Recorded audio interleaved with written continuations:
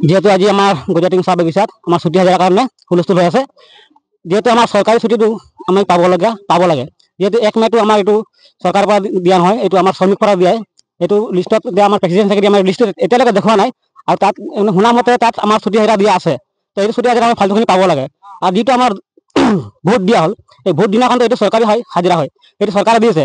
তো এইটো যদি আমি নাপাওঁ, আকৌ বাকি বেলেগ তো আমি পোৱা নাই। সৰকাৰি যদি আমি নাপাওঁ, কোম্পানি পৰা তো একো পোৱা নাই, ৰেশন চাপাতো এতিয়ালৈকে পোৱাই নাই।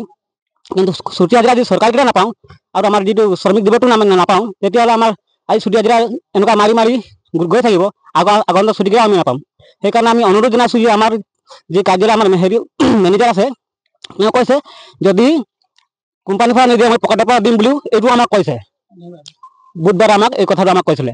তো যদিহে চৰকাৰৰ পৰা নিদিয়ে আৰু যদি আমাৰ শ্ৰমিক দিৱসটো নিদিয়ে, তেতিয়াহ'লে আমাৰ কামদাৰী মেনেজাৰে নিজৰ পকেটৰ পৰা দিম বুলিও কথা দিছিলে আমাক।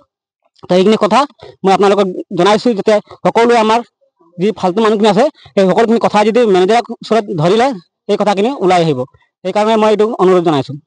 যিহেতু আজি আমাৰ গজাটিং চাহ বাগিচাৰ আমি যি আপোনালোকক মতা হৈছে, কাৰণ আমি যি যোৱা আমাৰ মে' মাহৰ 1 তাৰিখ 2 তাৰিখে আমি যি আমাৰ পাবলগীয়া ছুটি হাজিৰা আমি পোৱা নাই।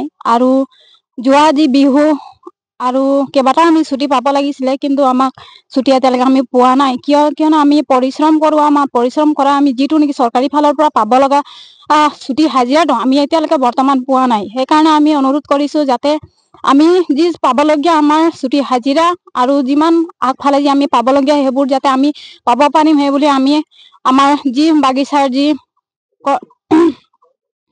আমাৰ বাগিচাৰ যি আমাৰ এছিষ্টেণ্ট মেনেজাৰ আৰু যিমানে আমাৰ আছে মেনেজাৰ বিলাক বা সেইবিলাকক আমি অনুৰোধ জনাইছোঁ যে আমি পাবলগীয়া বস্তুবিলাক আমি পাব লাগে।